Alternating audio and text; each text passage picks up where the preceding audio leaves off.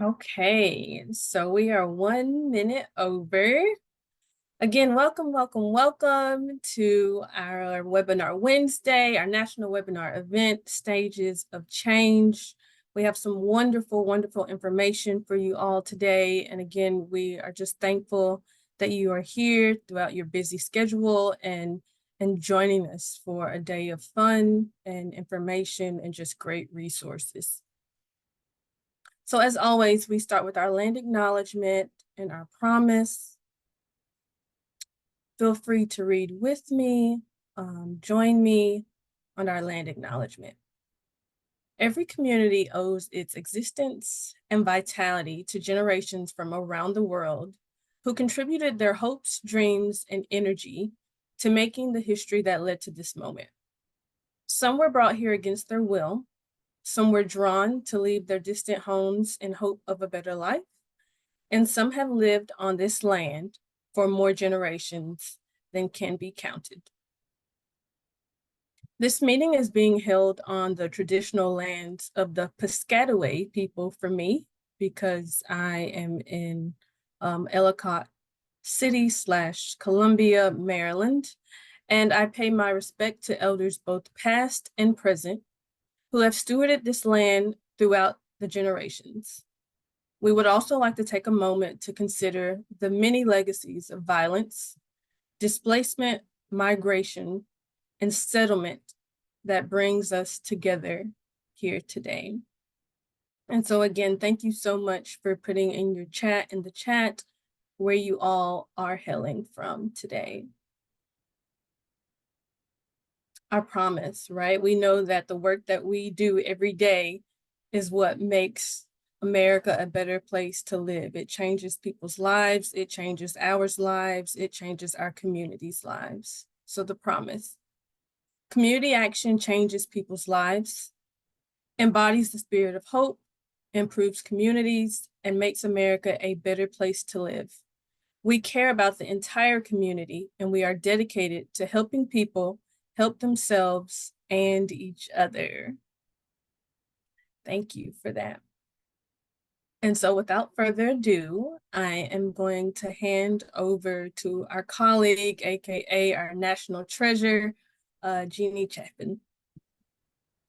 Thanks, Tamaritis. Good afternoon, Community Action Network. I'm so excited to be with you here this afternoon and have two incredible speakers from Central Missouri Community Action Agency. That's a community action agency in Central Missouri, covers the capital and several surrounding counties.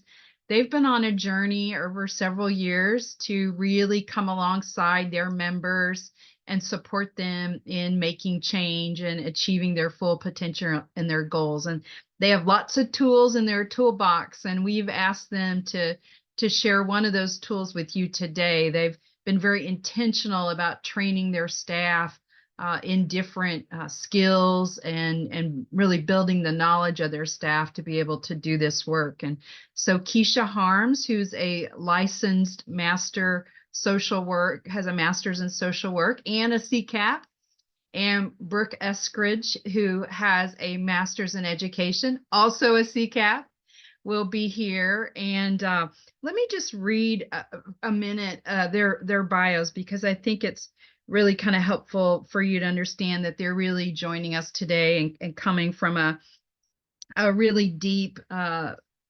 experience at Central Missouri. So Keisha has spent the last 16 years at Central Missouri Community Action. She's the mental health and wellness administrator for CMCA's Head Start programs.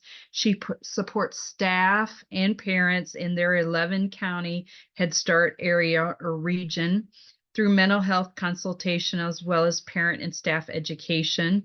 She supports Head Start children in individual and group clinical settings through play therapy. So she's going to be presenting. And also we have Brooke Eskridge, as I mentioned, and Brooke has dedicated her career to the promise of community action. Brooke serves as the Director of Family and Community Services for Central Missouri Community Action, overseeing staff and agency initiatives in the 8-county area. That's the CSBG footprint for CMCA. And she's been there for 18 years, and she's dedicated herself to addressing the causes and conditions of poverty, dispelling myths and stereotypes about the realities of poverty, and instilling hope to those in despair. So we have two really great community action leaders with us today that are going to help add some additional tools to your toolbox. And as I was thinking about our session today and the topic, I was thinking about how this is really relevant for all the work, whether you're doing whole family work, whether you're doing employment and training, whether you're over in Section 8, no matter where you're at in the community action agency, I think you're going to find the skills we're talking about, the topic today, very helpful. And it's even going to be helpful to you as just a human being with your family and your friends. I was sharing earlier that yesterday is like my third or fourth time starting calorie counting using an app on my phone. And so I'm hoping to get some great tips today about how I stick with it this time, right? The third or fourth time. And that's just being a human being, right? And our members, our customers, are human beings. We're all human beings just trying to do the best we can. So Keisha and Brooke, take it away. Thank you so much, Jeannie. Yeah, thanks to everybody for joining us again. Jeannie, that was a great segue because I really kind of wanted to start out today asking you all, and so maybe put it in the chat. How many of you set a New Year's resolution last month?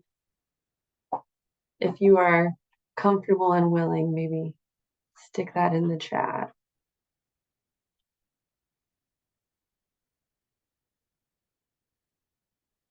And then, is anybody willing to, oh, somebody says after Mardi Gras, okay. Anybody willing to say if they, let's say you set a New Year's resolution January 1, has anybody stuck with that? We're now nearing the end of February. Is anybody willing to be open with us here? Okay, that's fair.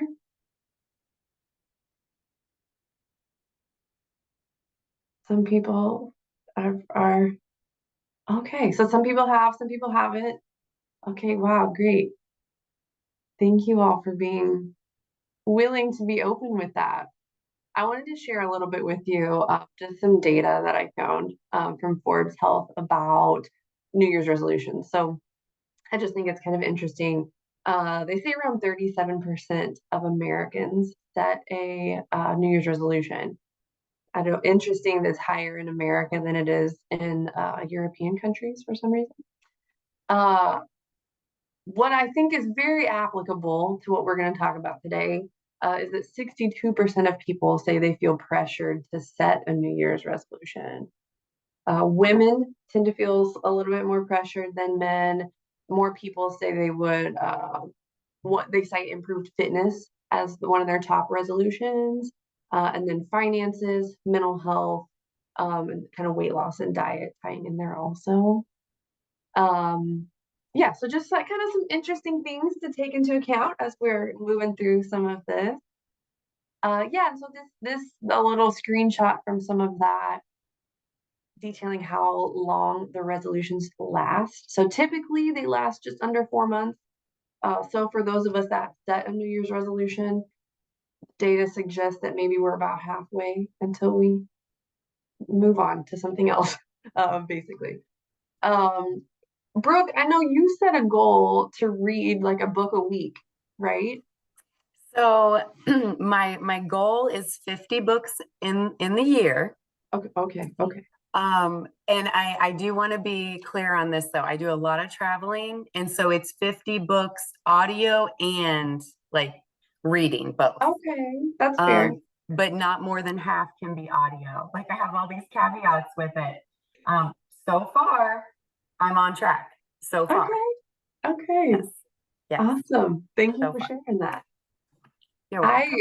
I have some different habits also that I'm working on, like creating. I downloaded like a habit app tracker thing, trying to, you know, cut down on sugar, connect more with my grandma, like a weekly phone call at minimum with her, trying to stick to like a daily devotional, those types of things. So I'm hanging in there so far, but this data would suggest that maybe not for long. Hopefully we're all gonna be sticking with it after we talk some about this today. All right, we can go on to the next slide. So I want to add, even if you did not set a New Year's resolution, at some point, kind of, you know, Jeannie had alluded to that, at some point we're all setting goals, whether it's, you know, a job change or something better for your health and wellness or, you know, finances. At some point we are all doing that. And typically many of us are working with staff or families who are also setting goals. So what we know about meeting those goals and creating some sustainable change to work towards that. We know that change typically occurs in stages, and those stages typically represented as a cycle. Because most people do tend to relapse into older behaviors. So if you've ever given up on a diet after you've lost weight, started smoking after you quit, you know, or abandoned those New Year's resolutions mid-March, that's why, right? Because it's a cycle. And so we're going to talk some more about that. These stages were created initially, developed by James Prochaska and Carlo Di Clemente to really walk alongside people who were struggling with like smoking cessation or substance use. So that's what they were initially created for. But as time went on, we've seen like it is applicable to everyone, like Jeannie said, even to in our own personal lives. So as we walk through, you know, some of these stages for our time together, I encourage you to really think about either a family that you're working with or about yourself, you know, so that we can kind of make this applicable. Also, I want you to keep in mind you can be at different stages with different things. For example, I could be in the action stage with exercise, but maybe contemplation stage with diet, or things like that. Yeah, okay, awesome. Let's move on to the next slide. All right, so we're gonna go through, we're gonna define the stages first. Kind of, yeah, we're gonna practice a little bit on, you know, can we identify these? And then we're gonna reflect on them and maybe talk about some tools that we can use in each of these stages. So the first stage is pre-contemplation. Someone in the contemplation stage really fails to recognize that there may be a need for change. They're just not aware of it. They have no intention in changing their behavior. And this could be for several reasons. So maybe they've tried to change previously, and it didn't work. And so they just kind of, you know, became demoralized, kind of gave up hope on that. Or maybe they're just uninformed about the benefits of changing. They may hear messages from other people about what they need to change, but they aren't really internalizing those messages. So they are unwilling or unready to change, typically, again, just because they just don't see that it is a problem or a need yet. All right, and this next slide. I went ahead and added the stages of change handout, just so you have a one-pager to look at while Keisha's talking through these. So you'll see that in the chat box, just in case somebody didn't have the chat pulled up. Perfect, thank you, Hey, Brooke. Keisha, Yes. Cassandra Smith has her hand raised. Did you want questions now or at the end? Sure, we can do a question.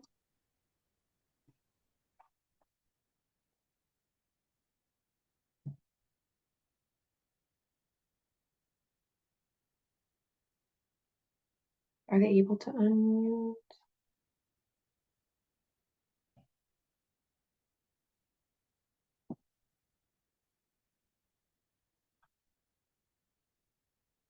Meredith, do you know, are they able to unmute?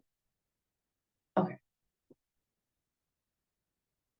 Maybe, yeah, maybe she put it in the chat and Brooke, let me know. Yeah, absolutely. Cool, okay. All right, so somebody in the pre-contemplation stage, you may hear them saying things like this, like, people keep telling me that, but I don't see what the issue is. Or I tried that before and it got me nowhere. Or really, this last one, I just don't see a problem here. So again, no intention of changing behavior because they just really don't think there is a need at that time. All right, and so we're going to move on into the contemplation stage. And in this stage, it's really defined by this ambivalence. So just kind of the mixed feelings. So someone in the contemplation stage, they're aware that a problem exists and maybe they're thinking about taking action. They're starting to feel that change might be needed, but they just are not ready to commit to doing that work yet. They're really balancing the pros and cons. So thinking about ambivalence, for example, I said I want to cut down on sugar, and I certainly do, but I love me some iced coffee, right? So what are the pros and cons of this, and having mixed feelings about that? Example of ambivalence, I know I need more sleep, but I love staying up and watching Love is Blind with my husband. So gotta balance both of those things, right? So someone in this stage, they can get stuck wondering if it's worth the effort to really make the change.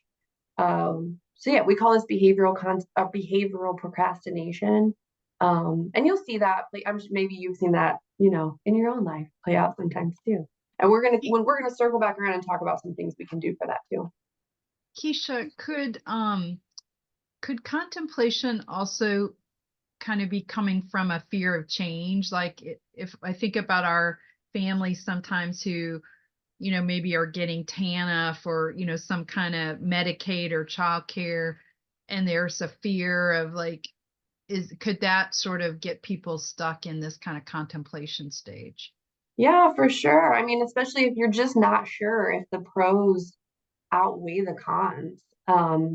Yeah, so it's something that so again, not that they're necessarily unmotivated, but they're just not sold on it yet. Yeah, great question.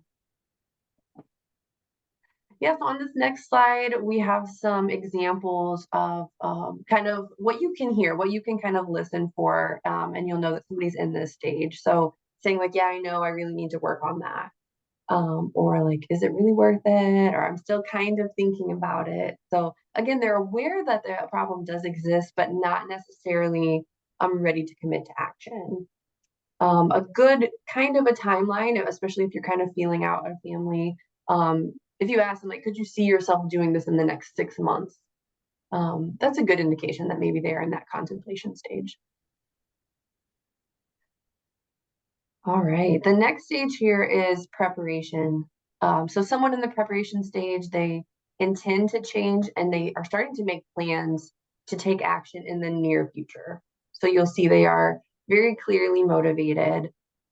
They may begin by making little small changes, by setting a goal, or just really starting to ask questions and get more information. So think about yourself as you were preparing for your New Year's resolution. I don't know, Jeannie, did you have like an app in mind as you were like preparing for this? Yeah. Brooke, very clearly, she has a list, half audiobooks, half, paper back. And so that's when you're making a plan. For those of us who work directly with families, this is when it can start to really get like, ooh, this is the fun, exciting part, right? And so this next slide, some things that you'll hear when somebody is in preparation. So talking about, I'm going to do it right this time. Or I might need some help getting started with this. Maybe they're starting to feel you out and ask you for ideas. I want to do this for myself and my family. So you'll hear that commitment, and they are intent on really taking action to address whatever it is that they're wanting to change. This next stage is the action stage. And so this is really that active modification of behavior. So someone in the action stage is, again, actively making changes in their behavior and working towards achieving their goals. So if you are one of the people that said you are still in that New Year's resolution, this is where you are. You are in the action stage. this is what we'll hear and this is what we'll see. You know, I'm finally doing it. It's hard, but I'm glad I'm doing it. I can tell a difference.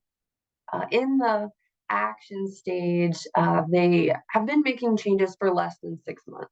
So that's, again, for those of us that made that New Year's resolution and stuck with it, or maybe didn't stick with it and picked it back up, this is where we're at, the action stage. The next stage is maintenance, and this is that sustained change. So really the new behavior has replaced the old. Someone in the maintenance stage is actively continuing the new behavior over a period of time. So over 6 months, they're able to stick with those changes and that they've made, and they find the change beneficial, right? So it's not something like, I'm struggling with this today, tomorrow maybe I'm not doing it, then I pick it back up the next day. They've been really consistent at it for the last 6 months. So some examples of things you'll hear someone in the maintenance stage say: that they're sticking to it, that they've changed, they're glad they decided to go for it. There are times when it's hard, but I still feel good about it. So again, they've been consistent for about 6 months. And then the last stage, this is relapse. And so this is when they've fallen back into old patterns of behavior. It's really common for someone to relapse and go back to the old behavior, right? If it wasn't, then we wouldn't have to make New Year's resolutions every year. And there is such a negative connotation with the word relapse, but it certainly applies to behaviors outside of substance use. I was just thinking, you know, like I was really trying to cut down on sugar, and then I went on a cruise last month and I relapsed for sure. So, but I'm picking it back up and we're going again. So some examples of things that you'll hear from somebody who is in this stage is that, I thought I had this figured out, I slipped, I've gotten away from that sort of thing. They've fallen back into the old pattern of behavior. I think it's really helpful in this stage to look at relapse as a part of the cycle, right, rather than the end. I think that allows us a lens that we can all pick back up, right? That it's just all of it's part of a continuum, and all of it's just a part of this cycle, and we all experience it at different levels and different places in our life. So we can all pick back up and do it. And Keisha, something I that thought, oh, sorry, go ahead, Brooke. well, I was going to actually use you as an example, Jeannie. Something I've picked up from you over the years is that concept of failing forward, right? So relapse has this negative connotation, but we can change that narrative by applying positive intent and figuring, what did I learn? What did I learn from this setback? And removing barriers, or helping our families remove the barriers that got in the way the last time, so they can move back into an action stage with more success moving forward. That's beautiful. I love how that's represented on your graphic with that upward spiral, learn from each relapse. And I thought that was really beautiful. And I'm going to like hold that in my future thinking, because I think that's exactly, you know, represents what you just said, Brooke. Yeah. Yeah, thank you both for adding that.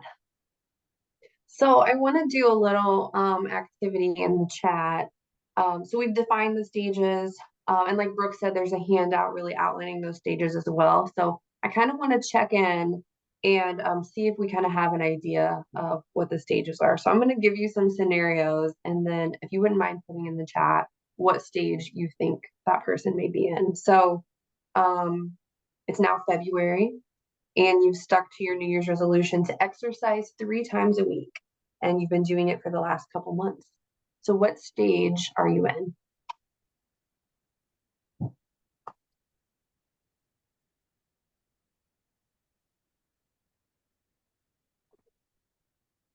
Yeah, so action less than 6 months, and then maintenance would be more than 6 months. Yeah. And not that it's a huge thing that we have to define, but there are some different strategies that we're going to get into that can be helpful for those different stages. Okay, the next one, let's say you stuck to your exercise plan for 8 months and then you stopped. You started sleeping in, skipping the gym. What stage are you in now? Yeah, easy. Cool. Okay, let's do another one.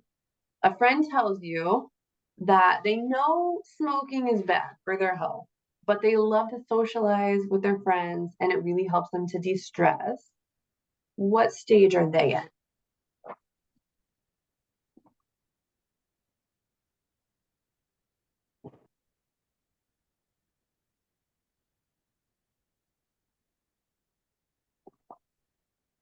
Yeah, it's contemplation.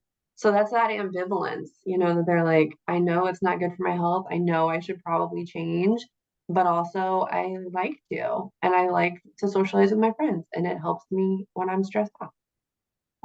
So yeah, that's that contemplation.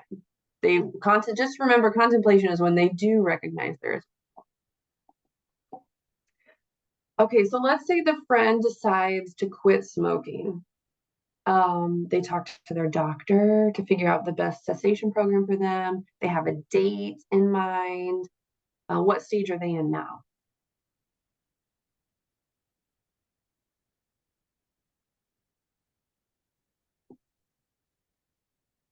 Yeah, preparation. Great.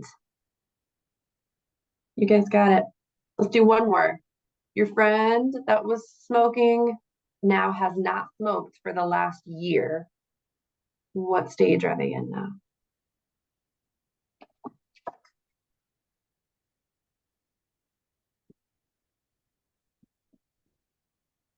Right. You guys got it. Perfect. Okay. I see the question on the upward spiral chart. And yes, at the end of the webinar, I'll put the entire PDF PowerPoint, and I believe it's about page like 15 or so. So yes, you will have all of the slides available to you. Thanks, Brooke. Okay, so let's talk about some strategies and some supports for these stages. So you kind of all have a solid idea of what the stages look like, what those that we serve may be feeling, saying, experiencing. So yeah, let's talk about how we can walk alongside of them in each of these stages. Before we do that though, I want to say it's never your responsibility to move someone from one stage to the next, right? If we enter into this work with that mindset, then it becomes exhausting and we experience burnout much more quickly with much more intensity. So it really is our responsibility to walk with our families, to offer them resources, meet them where they are. And we can reflect on how and why a family is or is not moving from one stage to the next, but also understanding that it's not our sole responsibility to ensure that. We value their worth, we value their autonomy, and that means that we value their responsibility and we are here to cheer them on. So I just want to say that because I don't ever want somebody to feel like, oh gosh, if a family has stayed in pre-contemplation or contemplation, then what am I doing wrong? Definitely reflect on those things, but also just value the worth and autonomy of those that we work with and know like we're here, we're still working with them and we're still cheering them on. All right, let's talk about what we can do when somebody is in the pre-contemplation stage. I will say from my lens in working with Head Start, many of our families, this is where they are. They did not sign up for Head Start to have a lot of the family development piece sometimes. Often they've signed up because they needed childcare and or maybe they wanted some parenting information. I would say that many did not sign up thinking I'm going to set a personal goal and somebody's going to be there with me. And that's okay. We're still walking alongside them. We're building rapport, all the things. And so you may see a lot of families that are in this stage. We can still increase awareness by providing information, right? Providing facts for them. exploring previous efforts with them. So maybe, you have a family, whatever the case is, what have they done before that worked? What have they done before that didn't work? Just exploring some of that. As they start to have some of that change talk, then exploring some perceived pros and cons of change. And so all of those are some things that we can do when they're in this stage. I want to add, sometimes they may tell us one thing, but actions look different. And just to reflect on, sometimes we all do things because we want it to be socially acceptable, but I'm not necessarily ready, for change. And sometimes it's just we haven't built enough rapport or have a strong enough relationship with them yet. So it's a feedback that I get from some of our staff is like, well, they set this goal, but then they're not doing anything with that. And that could be for all sorts of reasons, but sometimes it can be maybe they still were in pre-contemplation and weren't ready just yet. So yeah, increasing awareness, exploring previous efforts, and not really pushing and jumping into that next stage yet until we see that they're there.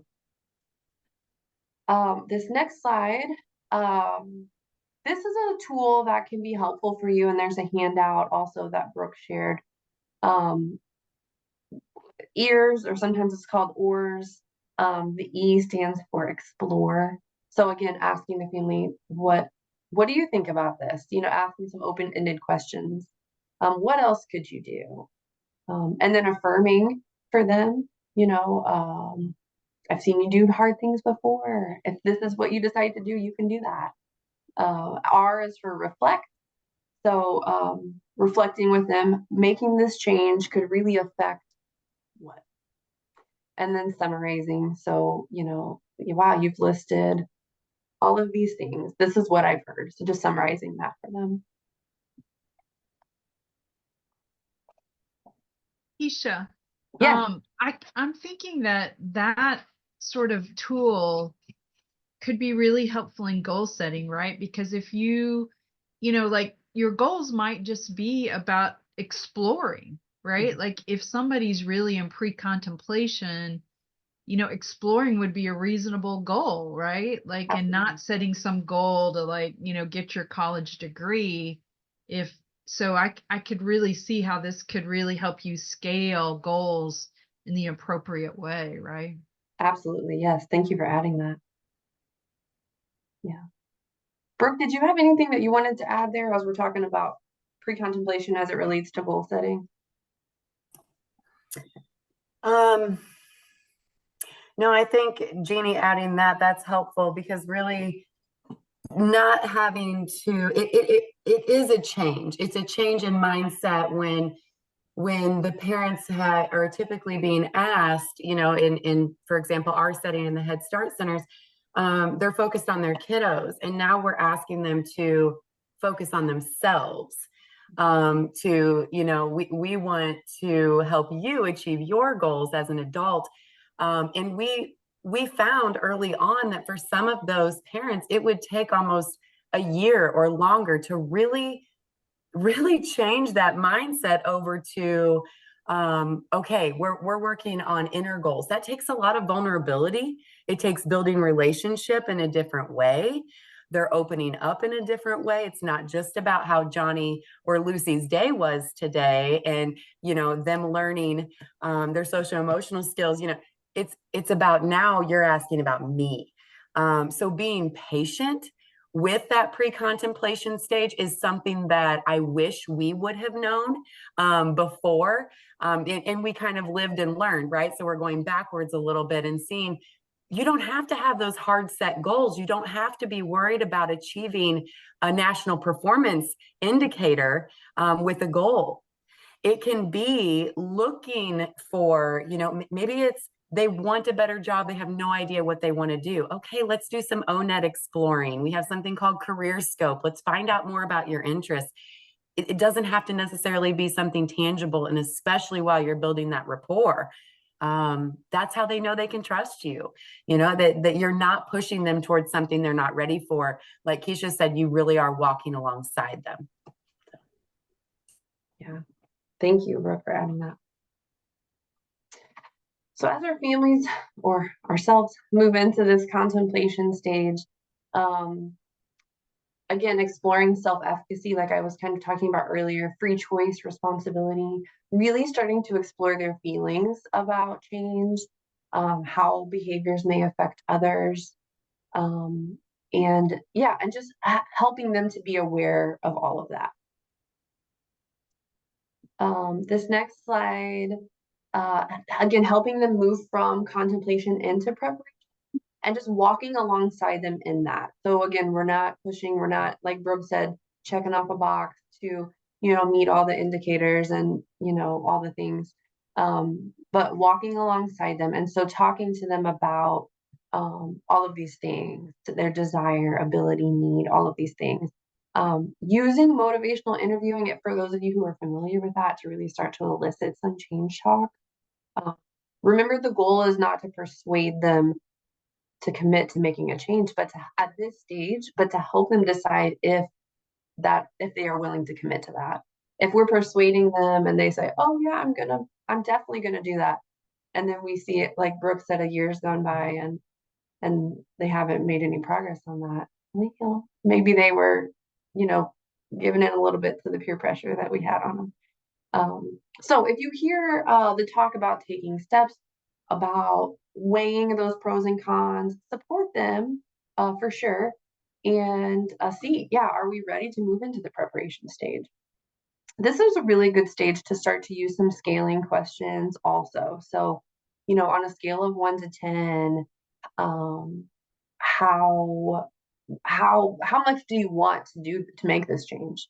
Especially if you have built rapport with somebody, and they can start to answer some of those things for you. On a scale of 1 to 10, how committed are you to that? They say a 7. We say, why a 7 and not a 4? Why a 7 and not a 9? And just start to get some more information, and to help them really start to reflect on that also. I think one of the keys here is to not miss it. So, you're talking through and maybe you're using those motivational interview skills, going through your family assessment, and you hear them make comments about, well, I'm thinking about applying for a job.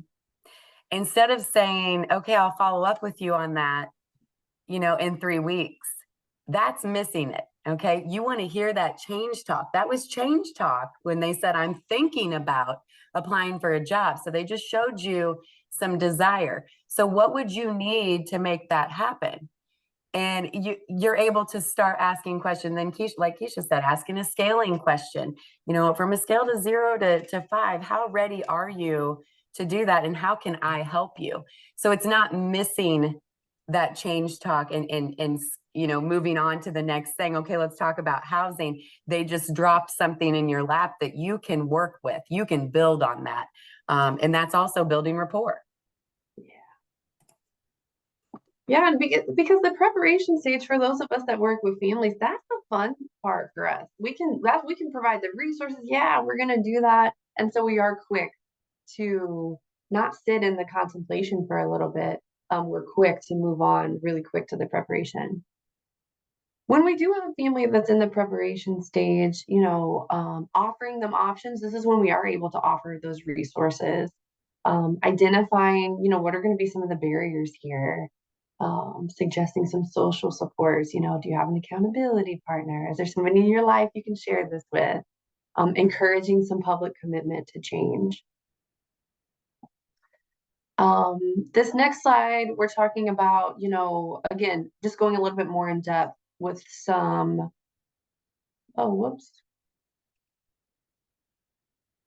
30 days. Sorry, I was getting ahead of myself. There's really a window there. Some research would suggest that there's a window there between preparation and action stage, about 30 days. So again, like Brooke was saying in contemplation, really being attuned to what some of our families are saying, because we don't want to miss that window. If that window closes, sometimes they start back again at the beginning, and here we have to, go through that again. So it is important to just be attuned with our families. Yeah. So yeah, SMART goals. Would be the stage that you would want to start to talk to families about that. Um, we're not, we've kind of moved past the like why or whether or not you're going to make the change, and we're talking about how we're going to make that change. And this is where the conversations about SMART goals come in. I think in my experience, we skip over the M sometimes. And what can we really? How are we measuring this? Not just, well, the family's going to feel good about it. That's great, and we want the family to feel really good about it. But how are we going to know that they've reached that goal? How's the family themselves going to know that they've reached that goal? Because if it is based on a feeling, that our feelings, I might feel completely different tomorrow than I did today about something. So see how we can really measure that goal. All right, and then when they move into the action stage, we want to really support a realistic view of change through small steps, right? So incremental progress is massive progress. So you taking baby steps, but man, that's huge. Helping to really identify some high risk situations, like what are the barriers for you that would prevent you from maintaining this and sustaining the change? Help to identify some sort of rewards or reinforcers. And then, do they need help accessing any family or social support systems? And then, how can we support families in the maintenance stage? Again, I think this is a stage like pre-contemplation that we're like, they've got it, or, and so we kind of forget about families that are in this sometimes. And maybe they're setting new goals when they're in this stage, but we still want to revisit whatever that original goal was. So continuing to support development of whatever the replacement behavior was, or whatever goal that they were trying to meet. Reviewing their long-term goals, and then continuing to plan how to avoid relapse, right? Continuing to revisit that SMART goal, again, like setting new ones as it's applicable, and all continuing to use the motivational interviewing. Those scaling questions really come in handy at multiple stages. I also like to think of maintenance is planning for the future, and sometimes that's planning for the unknown. But talking to them about what is coming up in the next couple of months, is there, is there a new baby coming? Is there, a job change potentially? Are there talks of layoffs at work? Like, just being able to help families plan ahead, you're teaching them executive functioning skills at the same time to plan for the future and that unknown. So maintenance is a lot about what is the plan B? So we have childcare now. What's the plan B if that childcare goes up by 100%, like some places have? Things of that nature. Yeah, definitely. Yeah, so exploring those social supports, who do you have around you? Barriers, like Brooke said. How can we build those coping skills and identify rewards? Celebrating the success along the way. That, like I said, incremental progress is massive progress. So celebrating that. Okay, and then the last stage here, what do we do for a family who is in the stage of relapse? And so I love it, Jeannie and Bro talking about that upward spiral. So really framing relapse as a learning experience. I think there's so many things that I think first we have to be able to do for ourselves. And so when I have failed on my New Year's resolution, or when I have slipped up on whatever it is that my goal was, I have to be able to offer myself that positive intent and frame that as a learning experience for myself. And that's hard for some of us. And I think practicing on ourselves first is most helpful so that we can offer that to the families that we work with also. And then identifying triggers for relapse. Oh my gosh, again, practice on me. I need to practice for that. We do that in our own lives, and we're more comfortable helping families with that also. Helping identify different coping strategies and then revising the plan, as needed and as they're ready. Now I will say also a lot of this comes with rapport, right? So when we have a relationship with a family that you don't have a relationship with is not going to be willing to talk about triggers for relapse with you. So always taking it back to really having a foundational relationship with them.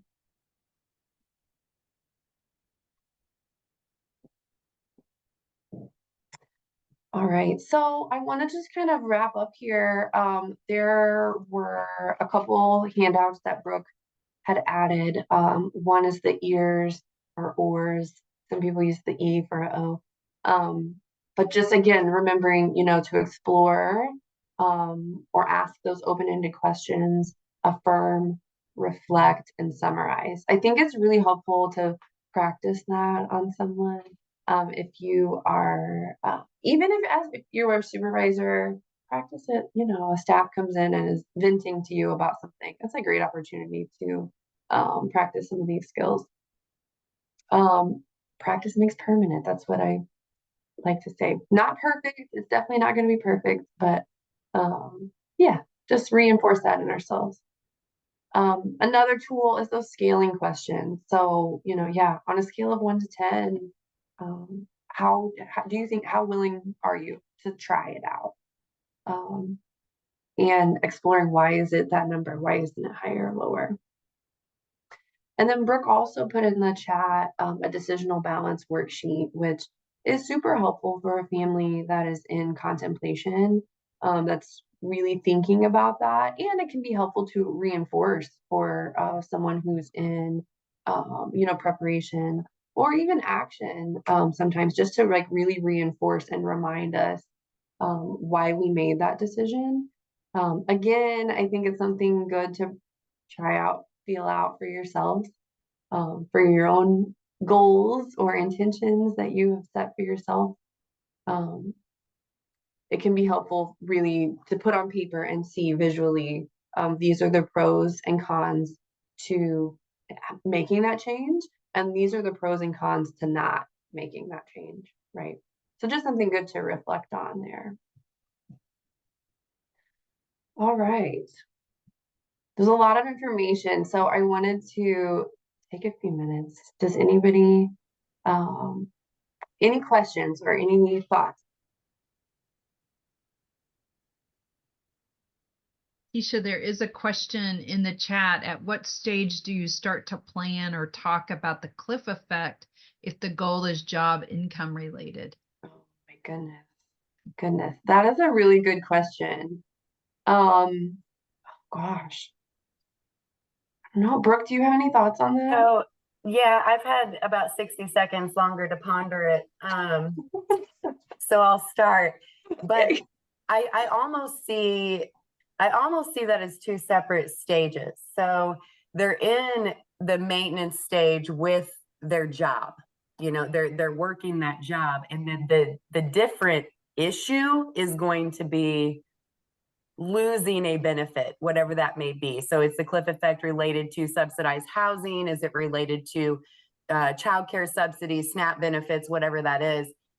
And you're almost in preparation with that particular goal. I see them almost working together, if that makes sense. So you're still wanting to either increase income. There could be an issue of having to have a side hustle, something like that. But I almost see them as two separate issues within one. Yeah, I mean, that makes sense to me. I think really, so yeah, like following that parent's lead, if they are not, let's say the goal is job or income related, and they're just like not sure about yet, like, is that a job that I want to take? I mean, that's something that you could definitely take into consideration there. I think also though, if a family is in the action stage, like Brooke said, and they are, they have the job or whatever the, the case was, we're still always having that conversation. How can we maintain this? What are the barriers? And that would certainly be a barrier to consider. Yeah. I think also if you have a family that is even in pre-contemplation, like, trying to figure out, do I want to go to work? Some exploratory conversations about, Yeah. well, what might you make? How much might you make if you went to work? And at what point would you lose? There are a lot of good cliff effect calculators out there that kind of show when benefits might drop off. And that might be something to do in the, you know, pre-contemplation and contemplation, and then start talking about, well, what would it take, right? And Yeah, so I think it just depends on where the customer is at and sort of what the issues might be. It could, people are going to be in different places at different times, right? And so that's sort of that coming alongside people and meeting them where they are. I'm But glad I think, you yeah, you pointed have that to be, out, Jeannie, yeah, because yeah, in my example, I was thinking the person was already employed. In your example, they're unemployed. So it really does depend on that individual. If they're unemployed, then I would absolutely say that's the time that you are weighing out those pros and cons and looking at, if you make $15 an hour, this is what you can expect to lose in your income on the other side. Luckily, at Central Missouri Community Action, we have financial opportunity coaches that are able to work alongside members and truly budget that out. And there's nothing like having, someone come to you and say, I can't take a raise or I will lose XYZ benefit. This issue is much bigger than a local level issue, right? That's a big issue to tackle. But we can help them plan for it, and we can look to see, are there transitional benefits? Like in Missouri, we have transitional childcare benefit. We have a transitional TANF benefit if you're going to lose your TANF benefits. So we can also look at those kind of gap services that they may be eligible for. We call those income supports, to get them over the hump. And that's also part of building rapport, right? And that's more likely that they're going to be willing to move from contemplation to actually preparation and action if they have somebody that's saying, let's do this. I'm here with you, right alongside you. You're not pushing, but you're there to bounce things off of. You're there to provide the resources and the support when they're looking for it.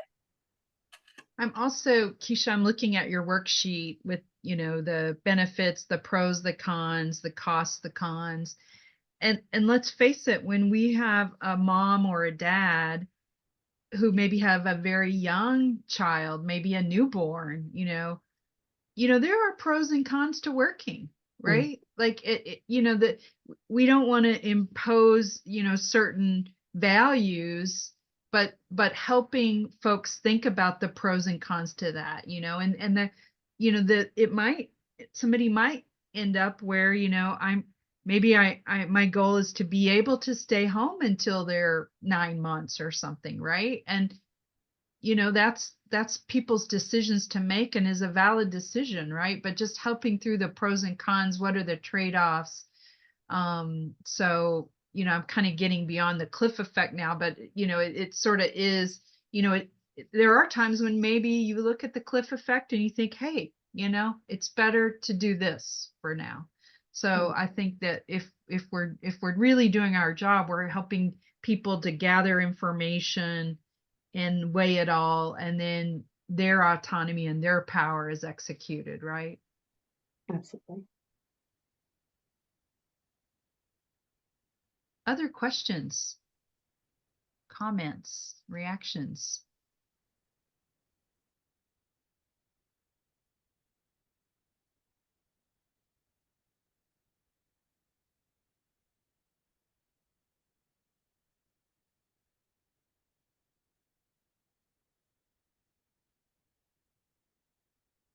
I think you both did a lovely job of just making that really straightforward, helping to really raise the understanding. And I love the idea of thinking about it in this way versus just sort of saying, well, they don't seem motivated or they're not motivated, all right? Like this is a whole nother way to get out of that trap and to really think about it within a frame. People are always motivated, right? It's so I just love this frame, and so pleased you guys could bring it to all of us. So any closing remarks, and then we'll hand it back to Tamaritis. Yeah, thank you so much, Jeannie. Yeah, it was fun. Thanks for the opportunity. And yeah, I hope part of it was helpful. Yes, and if anybody has specific questions on, how it relates to whole family or, difficulties that you struggle with, I'm always happy to talk through those woes with individuals. So you just let us know. Thank you as always, Keisha and Brooke, Missouri in the house with Jeannie. Today has been very informational and educational, and just piggybacking off of Jeannie, I thank you for bringing this tool to our members, right? Because we know that sometimes barriers and hurdles get in a place, and there's many times we don't know how to get over those hurdles. So thank you so much. Apologies for not being able to see my face right now, but I went off camera earlier and now can't get back on. So sorry, but we have 3 minutes left. And so I just want to go over really quickly some resources that we have for you guys. You'll also have a follow-up email that will come to you that will include all of these resources, and also Brooke and Keisha, if there's anything you want us to include in that, definitely let us know and we'll put it out there. To start, upcoming, we have a Community Action Agency Strategic Planning Accelerator. Develop your skills to lead strategic planning for your agency. We would like you to join a dynamic upcoming learning cohort designed to equip agencies with the skills that it needs to craft and implement its strategic plan. In this cohort, you will learn proven effective methods, best practices, for strategic planning successes. You'll connect with peers in a facilitated learning cohort. We know that peer-to-peer sharing and learning is so important when it comes to this work. Receiving one-on-one technical assistance, support and guidance from us, and also curating tools and resources. You can either scan the QR code here, but like I said, it will also be included in the follow-up. As I'm sure everyone knows, if you do not know, it is NCAP's 60th anniversary, where we celebrate community action. On our website, you can find a 60th anniversary toolkit, planning guide, and or starter pack to help you encourage your agency to celebrate the 60 years with us. You can scan the QR code here and it will take you directly to those resources I just mentioned, or again, they will be in the follow-up. Next is our National Leading Equity cohort that is coming up. We are also super excited about this. If you are wanting to enhance your agency's understanding of diversity, equity, belonging, and justice concepts, we invite you to join us for our Leading Equity cohort. It will be an intensive, dynamic peer-to-peer learning community designed to engage us and also our community-based organization teams in exploration, learning, practices that instill dignity, cultivate belonging, and build power in the way that we deliver, and also our organizational management. So again, super excited about this, and be on the lookout. The QR code is available, or you can wait until the email. Our newest Community Action Academy is now live. If you have not had time to take a look at our newest platform, please do so. Our online learning hub has a new home. It has a new look. It has new features. We still have our great information and more. There you will find the videos, the resources, the activities, the quizzes, and again, be able to engage with peers across the nation.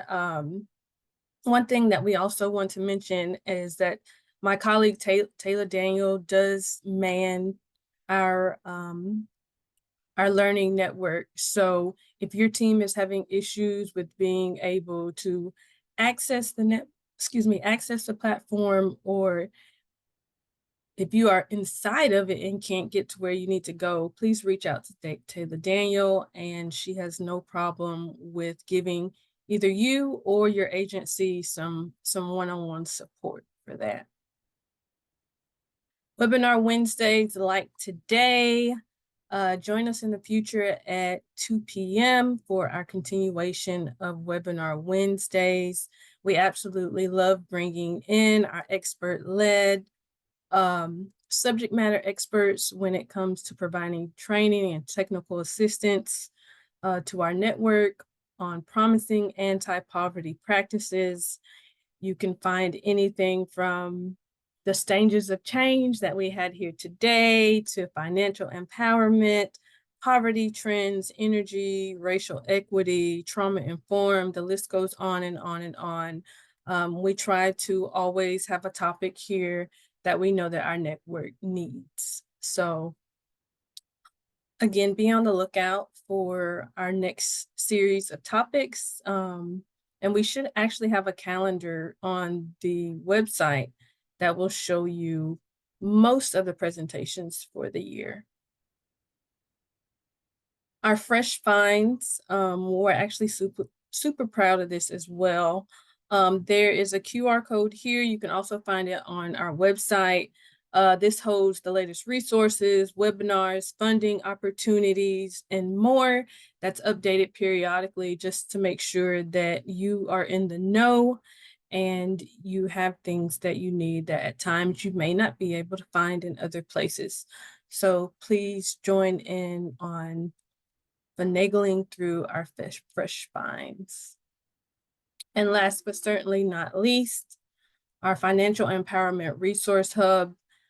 We know that this is for our families.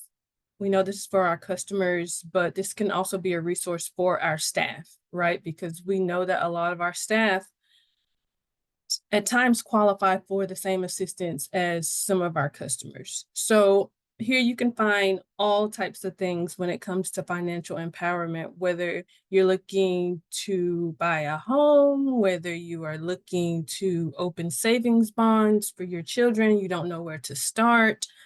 It's just a plethora of resources and tools to be able to equip us for financial empowerment. And that is it. Like I said, if you were not able to get the QR codes or the links, they are either on our website or they will also be in the follow-up. So we thank you so much for joining us today and also for staying 4 minutes over. So thank you so much. We hope you have a wonderful remainder of your day and even better upcoming weekend. Before I close us out, I just want to see if there are any final words from our national treasure and our amazing presenters that we had today. Just thanks to everybody for all that you do and all that you care. Thanks. Thank you. Bye-bye.